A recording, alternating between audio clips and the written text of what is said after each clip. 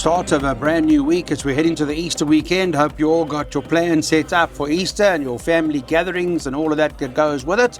And we look forward to hopefully a profitable week as well. Our social media on, what do we call it, Weighted to Win, Twitter, all that sort of stuff is all up for you. At Weighted to Win's our handle and our WhatsApp number and all of the other platforms you can get access to it. I'm told this is a tricky start, Monday. It's a Poly 8 race program at Hollywood Bets Gravel. Not an easy one, so I'm going straight to Darren Burrows. Ask him to help us out. It's a start of the buy pot, and just how many runners do we need here? I see they bet 2-1 the pair here. Alison Wright's got Victor Rail, number 3, and Paulie Matchett's there with Gia Katori, who appears to be the right one in the race from what I see. But tell us more. Clyde, I went to safe routes in the buy pot, numbers 3, 4, and 6. We should double up. Victor Rail over course and distance last time out, beaten by a better horse in Fish Eagle. He wasn't disgraced. He should be right there. And then the two high-fault raiders, Insightful and Jackatori. I don't think there's going to be too much between them. So 3 to beat 4 to beat 6. Yeah. Well, out of, was it Jackatori? Am I right in saying that Lebrasco came from Bob's your uncle, Mr. Marie? Yes, that was yesterday. That was yesterday, wasn't it? So I see a few people back Lebrasco. Yes, Clyde, he has raced on the poly track in the past. I think he's a better horse now than what he was back then. He's got a major asset on his side in that he's got good early toe, and that's always a positive on the poly track. So I think he'll be the horse they have to go fetch. I just played the safe route. I actually put the scratching in. So whoever they back to toad favourite with the 3 and the 6. Victor Rail, my concern last time out, he was hanging in. But you can see he's got track and trip form. I'm not getting into this race bullish with regards to a punt. I just want to survive the bar pot. Yeah, I just want to survive that. Rachel Venica's got the ride on this horse, Gia Katori, so that may help a bit in terms of the claim and all of that stuff that does help in races like these.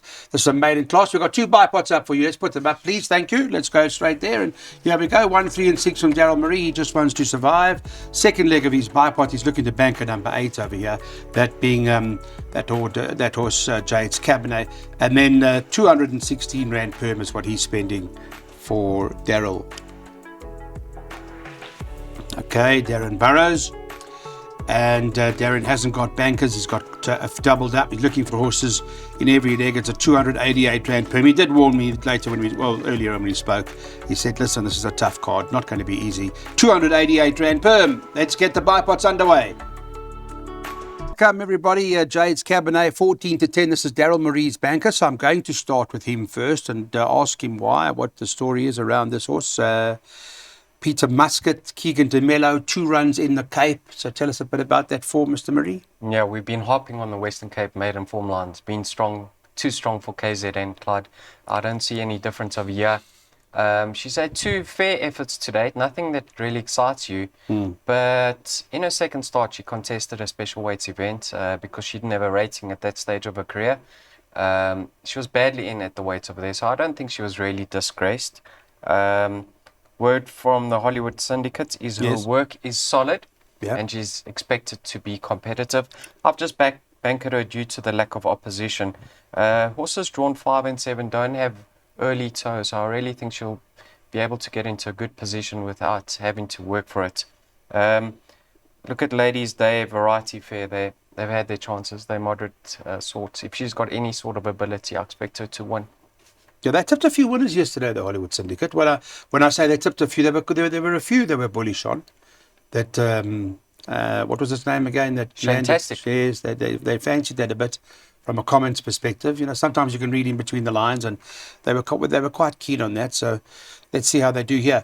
There's a horse in here I wanted to ask you about, Daryl, Lady of the Sword. I see that form, I mean, it's only had 1 run, but the form's not too bad. Well, I beg your pardon, 1 run to date. The second horse, Fields of Green, came out of there and won. Lady of the Sword was well beaten on debut, but, I wonder if there's not more improvement to come from a horse like that in a race like this. There definitely is improvement to come.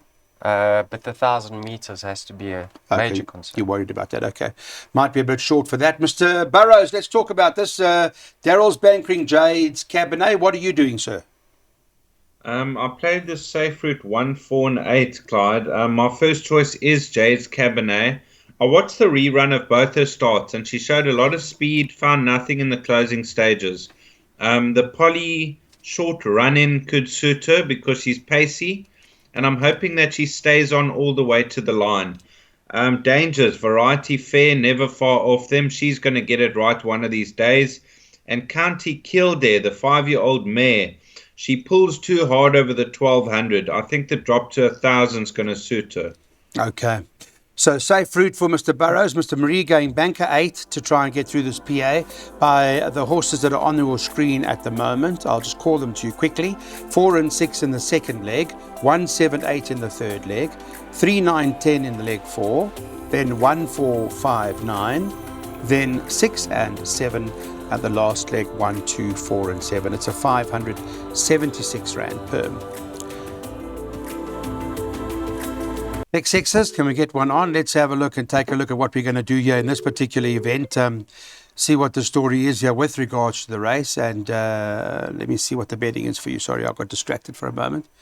We keep our phones on here during the show, just in case there are any updates. Peyton's Tears is the 22-10 favourite to win this.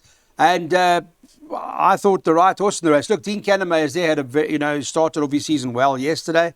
He's got Winter's Destiny as the second choice. But I wonder if we can't get away with Peyton here, Mr. Burrows. I've taken my chances, Clyde. I think she's the right horse in the race. The concern has to be that she always jumps a bit slow. But there's going to be a pace on Aisling, Mvulazana. They like to go handy. And if she turns into the straight 4 lengths off, I think she'll get up. Because her Joburg form is good enough. 2 lengths Marigold Hotel, beaten under a length by Captain Peg. Surely that's good enough to win in this company, and she runs off a competitive mark. What do you make of Winter's Destiny here? Is that the danger, or is there something else? No. She had excuses last time out, but it doesn't really give you confidence because she was striding short.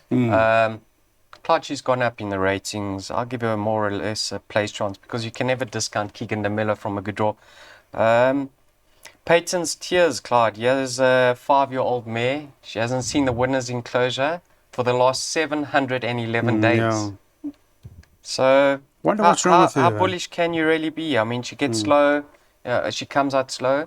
In her favour, though, is if she does come out slow, it's a very small field. She should be able to move forward and not be caught out of her ground. And we certainly know she does have a turn of foot to pick them up in the straight. Yeah. Another thing a major positive is the stable's absolutely firing. And Marco will suit her. He can just sit quietly on her, and he doesn't have to get busy on her and bustle her up. She can pick them up in the straight. If she fluffs her lines at the start, I think Mvulazana will be the filly to beat. She's back on the polytrack, Clyde. Last time we saw on the polytrack, the last time we saw on the polytrack, she actually won over the very same course and distance. She beat a horse called Family Favourite, who's come out and won 2 since then. Makara franked her latest turf form. And I don't think that race was run to suit last time out. Area 51 called and sprinted. So I don't think she was disgraced. So I'm going 4 and 6 to fight it out. Yeah, Willazala, by the way, is 5-1. All right, so interesting. We've got the pick 6 worked out for you from Darren Burrows' perspective. This is what it looks like. Well, Daryl Marie, I beg your pardon. 4 and 6. He's decided to work out the pick 6s today, so he's taking his chances with those 2. And then 1, 7, 8, then 3 and 9, 10, then 1, 4, 5, 9, 6 and 7 a bit later. And field at the back. So, as we alluded to earlier, tough one. But we'll take our chances, spend 160 Rand to get 10% of that. Let's hope, hold thumbs. So what's the plan in this Poly 14 race, the 1400 that is, race number 4 in the card is a maiden class field, and there are 10 of them that will go to the gate. Top of the boards is number 8, Stealth Attack at 18-10. Second choice, number 7, Miss Dora, who's at 4-1. Number 9, I've got Wings, is trading at 9-2, and 11-2 thereafter, about the next in the betting, which is number 1, Tastemaker. Then it's 11-1 bar 4, Daryl Marie. So I'm coming to you first. I want to talk about the race. Let's chat about Stealth Attack. Is it the right one or not? Clyde, I think if you were lining up in this race, I'd give you an each way chance. Is that so? Yeah. Is that how bad it is? Yeah. My goodness me. Unfortunately, okay. Yeah. It really lacks quality. But Well, I don't know, that Tastemaker. quality is not the right word. I don't think that's a good word to use. Put me in the same class as that. But nevertheless, okay. I Yeah, understand carrying too much weight maybe, but not quality. Yes? Stealth Attack and Tastemaker, nothing separating the two of them on the, what is it, the Sky Cafe run. Yes. Tastemaker is actually a kilogram bit off. The stable's in cracking form. So you can't separate the two of them. Stealth Attack, Clyde, very, very costly, this filly is. But she's going to get it right one of these days in this sort of lineup. But the filly I'm leaning towards, and I'm hoping she can get it right for Comnado, is number 7, Miss Dora. I think what's key over here, Clyde, is the removal of the blinkers. If you go back to a run without the blinkers, right, over 1,200 meters, she was staying on stoutly on that occasion. That filly that beat her, Maggie T, came out and won a handicap debut. So I think if she just reproduces a run of that quality, she could be the right one. But this is unfortunately a very difficult race. It's a difficult race. You know, it's been, well, Duncan Howell's been in good form now, haven't they? They've come to light again and they've been holding form, and Sprinkus produced Fields of Green, who came out straight from there and won. So that may give it some sort of chance in a race like this. But as you say, it's open, right? Mr. Burrows, let's go to you. What do you make of that summary from Mr. Marie? A very tough race, Clyde. You know, Stealth Attack, she's been a beaten favourite in her last 5 starts. She comes under pressure early and she just stays on one pace. I wouldn't be rushing out to take that price, but she's not going to meet a much weaker field. I've got Wings, had 25 runs in the maidens, but on her best form, she's got a chance. She actually finished ahead of Miss Dora behind Hugs and High Fives that day.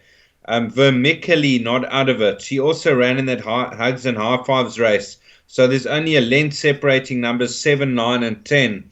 And then you got Tastemaker that's also got a chance. I made it very open. It's pretty much a field race for me. Stealth Attack, she's had her chances. Okay. We've got it. Here it goes. Mr. Burrows has got a jackpot. He's going as many as possible in the first leg of the jackpot by 3, 5, 9, and 10 in the second leg. Then 4 and 5 in the third leg of the jackpot. And at the back, he's going the whole field. And that's a 576 Rand cost. 1,400 meters we go now. Let's take a look at what the lineup has looked like here. From a social media perspective, we're already on Twitter, so have a look at the Weighted to Win account and see what you guys want to do with all of that. We've also got as well our YouTube channel where this has been loaded and has been uploaded for you. And of course, our WhatsApp number. Just send your name and email address and be part of the information that will come to you automatically once you register. Number 3, William Rufus tops the boards in race number 5. It's a 1,400. They bet 15 to 10 about this horse. Darren, I'll come to you first. It's a handicap at the 77 level. And William Rufus for Dean Kannemeyer, Keegan DeMella, showing good signs. Current form is very solid. And why would we have any reason to doubt that this can win, that this can't win today? Yes, he looks the right horse in the race, Clyde. We all burnt our fingers last time out. He shortened from 2 to 1 into 9 to 10. He looked a winner, and Parmenion ran on by. Now, Parmenion meets him a kilo worse off. So, William Rufus with the draw in his favour, I can see him being the horse to beat. Dangers, you've got to include Parmenion on that last win. Son of Silk, very strong front runner. He's found his best form of late. And Black White Dynamite, very consistent. So 3 to beat 5, 9, and 10. Okay, so you got a few. And Son of Silk, we talk about that stable. How's Andre Nel in Durban? Yeah. One runner, one winner, one runner, one winner, one runner, one winner. I don't know how many runners they got today, but they're in very good form right now. Absolutely, Clyde. I haven't included him in the pick 6. So if he does win, I come unstuck. William Rufus, you can see he's a lightly raced 3-year-old. It appears as if he is improving now that he's on the polytrack surface. Can't separate the two of them. Parmenion, he needs cover. So I'm not concerned about his wide draw because he likes to be given a chance and run at them. I can see him confirming that form with William Rufus, and I can see William reversing it. So just luck in running. Those two. Will determine that. Black White Dynamite, now he was out of his ground last time out. I know he has to be given a chance and look for cover, Clyde. That's the way the stable says he runs best. He races well fresh. And the comment from the syndicate is they expect him to be involved in the finish. So if they do go very quick, Clyde, he's one of the closers in the race. He would be, you mentioned that he comes from Son of Silk, who won, and there's another horse out, Son of Zeus, was behind Black White Dynamite, and on that occasion, Mr. Kachedi rode, and of course, on this occasion, we've got Tristan Godden riding for Peter Muscat. So it's going to be an interesting race. The guys, obviously, from a favourite perspective, the one to beat is Dean Canamay as William Rufus and Keegan DeMella. The form is, the combination's a formidable one. Of that, there is no doubt. But the Nell stable's in form. Peter Muscat's come back from Cape Town, Durban. Watch the stable. They're going to come back to form. And a horse like Parminion, as already mentioned by Darren Burrows, has got a serious winning claim. What are we doing here? This is the plan. Darren Burrows' jackpot is 3, 5, 9, 10 by 4 and 5, hoping that to be a match race just now. He has, in that particular event, included number 5 in the play, who happens to be Grey Ocean, who's a 6-1 shot, by a field, and then a lot of horses at the back. That's of another 576 Rand on jackpots. So, Darren, let me come to you because I want to ask you about this horse that you found here in this particular event. As we move on to race number 6, it's Grey Ocean, who's a 6-1 shot. There's another stable, Gareth Van Zyl, at the moment can do nothing wrong. They're in very, very good form. Got Hope is Power as favourite, funny enough, from the same stable. So it's interesting. Those would be the two, I would imagine, in your case. Yes, Clyde, it was a difficult card, so I needed to cut down somewhere. I thought a horse like Hope is Power. Now, he ran second to Beechamwood Boy last time out. If you saw what Beechamwood Boy did in his next start, I think he won by a good few lengths to frank that form. He's good over the 1200. He gets the allowance of Rachel Venica. He's got every chance to win again. Grey Ocean. Now, last time out, this was Gavin Van Zyl last runner, and now he's moved over to Gareth Van Zyl. I thought in his last 2 starts, the 1000 a bit too sharp, and the 1200 is going to be ideal. So I'm going 4 and 5, and then include numbers 1, 7, and 9 into wider perms. Joshua Hotsnake, I thought a better horse over 1400. If you don't know, they have scratch number 8 that has been taken out. Mr. Marie, how do you read it? Yes, Clyde, this number 4, Hope is Power, is the horse we fancied in his penultimate start with Sean Veal. He came right to the extreme outside fence after getting left over 1,000 meters. Then last time out, led for a long way on the turf track. Back on the poly track, Rachel's taking 1.5. He's got that early toe to get into striking position. He's very fit and the stable's well, so one of the leading lights of year. Can't really discount Purple Operator, Clyde. This track and trip, he's at his best. Got the 1 draw, should get the run of the race. Run another honest race. Grey Ocean, never far off. Can win if he's at his best. And then Joshua Hotsnake, I actually think the low draws were against him because it's not the type of horse you want to bustle early. He can take a hold of the bit and over race. So I think from a wider draw, he can come out softly and produce a finishing effort this time around. So, yeah, small but competitive, Clyde. Small, competitive. I see Keegan DeMello's taken the ride on this horse, Grand Lupo, whose form line, by the way, is fairly solid because both Bless Me Fred and that horse, Harley's Fate, came out of there and won as well. So watch that maybe. But let's see, what's what the guys have decided to do. We've got exactas that we've worked out for you, and they are as follows: 1, 4, 5, 9. Those are the numbers to contemplate in your exacta box. So this is the kind of race where you need a Darren Burrows Shrudy, one of those 10, 20 to 1 shots maybe. They bet 4 to 1 the field. The bookmakers are not sure themselves. They've priced up this horse Kanisa and Lele as favourite, but by the looks of the way the market is going right now, it's going to chop and change quite a bit going into the race. So, Mr. Burrows, what's that Shrudy? I found a bit of a Shrudy at around 20 to 1 called Flying Grace. Now, this horse has run on the poly previously and he's been competitive. He's run in the places a number of times. He's beaten a horse like Clarkson in the past. He's run off the likes of Aragosta, Valdorcia, Eye of the Prophet, Rule by Force. And I just feel off his mark of 67 and the blinkers removed, we could see a big run. Obviously, I played the field in this leg of the exotics because I gave all 8 runners a chance. But if you're looking for each way value, Flying Grace for me. Yeah, I see Clinton Binner's got a couple, so he may be, the travelling companion. Or perhaps not, maybe it is the right one. We actually gave him a place chance last time out. Wasn't disgraced. More suitable distance. I could see him running into the money, Clyde. The way I read this race is Brave Voyager with 52 kilograms. If he just gets to the front, an uncontested lead, he could prove very, very hard to peg back. But he's taking a jump in class. Watch the replay of Thunder Masala last time out. He was absolutely cantering, Clyde.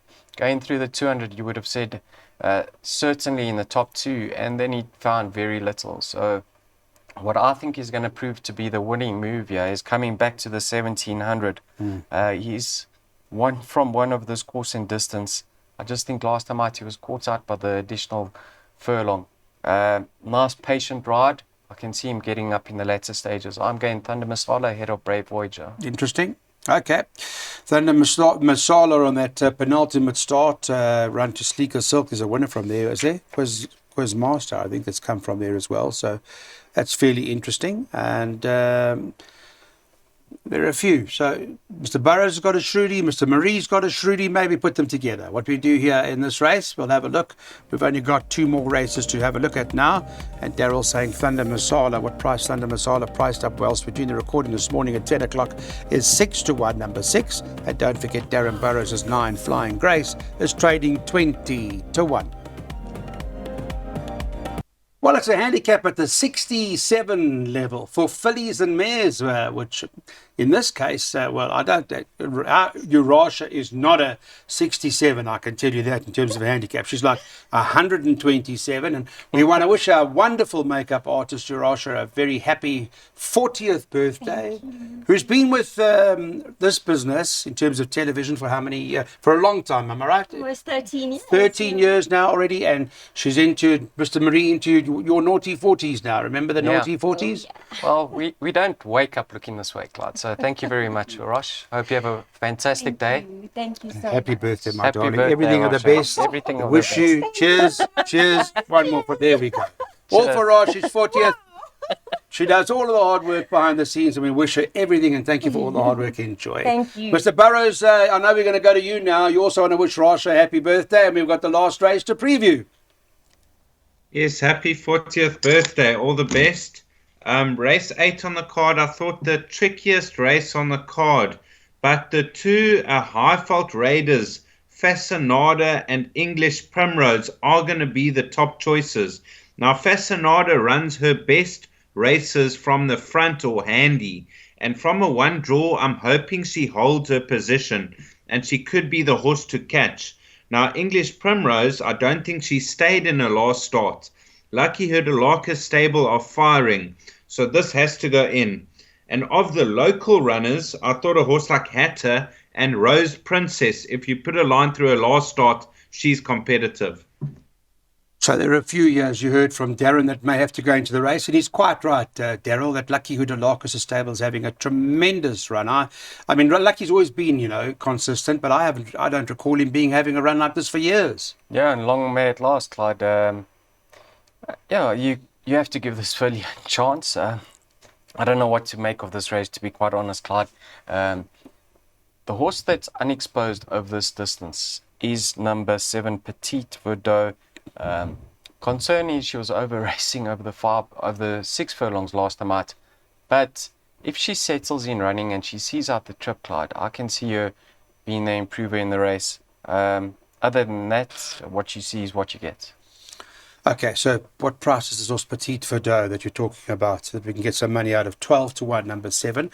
And it may be the case, and I'll make reference to the fact that from Petite Verdot, out of that last start, behind Lady Heist, we saw Morgan Le Fay won the other day, and won very impressively. So I think got to have a serious chance this horse. So maybe well spotted. Sereno stays with it for Garth Puller, who may well win the last. But Lucky Huda Larkus' stable is very much in good form.